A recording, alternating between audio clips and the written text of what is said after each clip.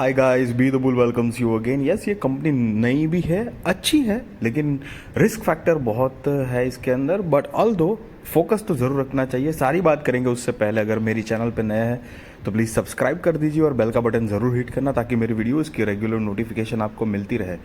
तो कंपनी का market capitalisation जो है वो 3,299 करोड़ का है। सिर्फ फेस वैल्यू 4 की है। करंट प्राइस 499 है।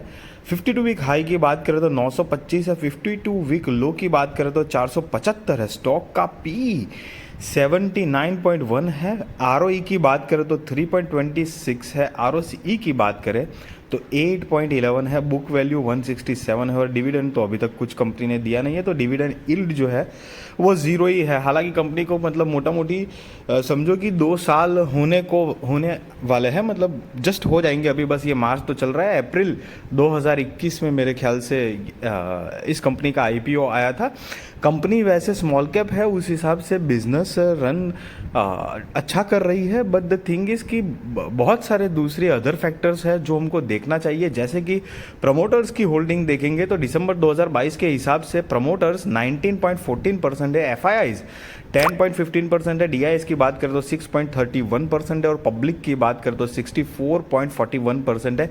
यहाँ पर राकेश झुनझुनवाला जो सर है उनका स्टेक था जो कि अभी शिफ्ट हो चुका है उनकी वाइफ के नाम पे। 10% के अराउंड ये कंपनी के अंदर उनका स्टेक है। Yes, definitely. But the thing is कि बड़े इन्वेस्टर जो होते हैं उनकी एक अलग विजन होता है, अलग तरीके से मतलब उनका माइंडसेट होता है।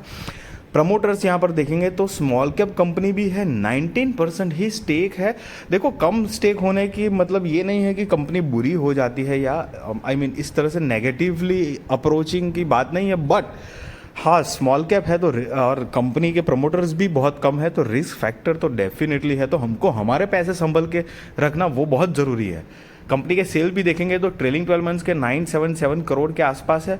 नेट प्रॉफिट की भी बात करेंगे तो यही ट्रेलिंग 12 मंथ्स का 61 करोड़ है। और उसके पहले आप देखेंगे तो कंपनी मतलब प्रॉफिट कर रही थी लेकिन करते करते माइनस में चली गई थी, मतलब लॉस बुक कर रही थी। लेकिन उसके बाद वापस बाउंस बैक किया है कंपनी ने और प्रॉफिट जनरेट अभी वापस कर रही है। रिजर्व्स एंड सरप्लस देखेंगे तो 2022 के हिसाब से 885 करोड़ का कंपनी के पास रिजर्व्स है। अच्छी बात यह है कि long term and short term borrowing कोई नहीं है, मतलब डेट फ्री कंपनी है अकॉर्डिंग टू 2022 के हिसाब से। क्योंकि 23 का अब बस मतलब 1-2 महीने में सारे डेटा रिफ्रेश हो जाएंगे, नए पूरे के पूरे ईयर ऑन ईयर बेसिस के डेटा आएंगे। तो तब देखेंगे कि बोरिंग कम हुई है, बढ़ी है या वहीं पर सस्टेन है। असेट की बात करेंगे तो 918 करोड़ के कंपनी के पास टोटल असेट है 2022 के हिसाब से, जो कि 5 साल पहले 245 करोड़ थे। तो वो एक बहुत अच्छी बात है। यस, नज़ारा टेक्नोलॉजीज़ के सारे डेटा हमने देखे हुए हैं। जब से स्टॉक मार्केट में आया है तब से 40% से ज़्यादा डिस्काउंटेड प्राइस पे अभी मिल रहा है। लेकिन अपने ऑल टाइम हाई से देखेंगे तो 68% से भी ज़्यादा करेक्टेड हो चुका है। यही कंपनी के अंदर राकेश झुनझुनवाला के 10% के आसपास अराउंड स्टेक थे, जो कि मतलब अब शिफ्ट हो चुके हैं क्योंकि राकेश झुनझुनवाला सर नहीं रहे। तो रेखा जो कि उनकी वाइफ है उनके नाम पे शिफ्ट हो चुका है। तो 10% अभी भी लेकिन उनकी वाइफ होल्ड करती है।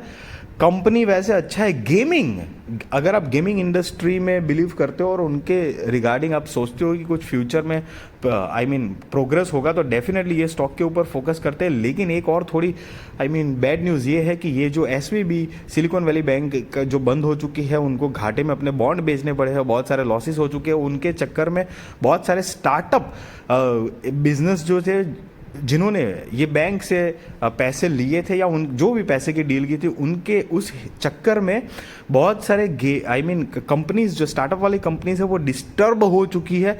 और रिसेंटली खबर मिली है कि उसमें से धीरे धीरे जब लिस्ट निकल रही है तो रिसेंटली पता चला है कि उसमें से एक जो कंपनी है वो एक कंपनी नज़ारा टेक्नोलॉजी भी है। यस, पर पॉइंट ये है यहाँ पर कि अब कितनी पैसों की डील हुई है, क्या हुई है, 1 करोड़ लिया है भाई या 10 करोड़ है या 50 करोड़, वो हमको थोड़ी पता है। बट नाम ज़रूर आया है उसमें। मतलब अब और डिटेल में धीरे धीरे करके सारी चीज़ें आएंगी और दूसरे कौन से स्टार्टअप के कंपनीज है जो फंसी हुई है और बहुत सारी दूसरी डिटेल्स आएगी। बट द थिंग इज़ कि मार्केट भी करेक्टेड मोड में है, ऐसी बैड न्यूज़ भी है, शेयर इस वजह से और ज़्यादा करेक्ट होने के मैक्सिमम चांसेस है गाइज।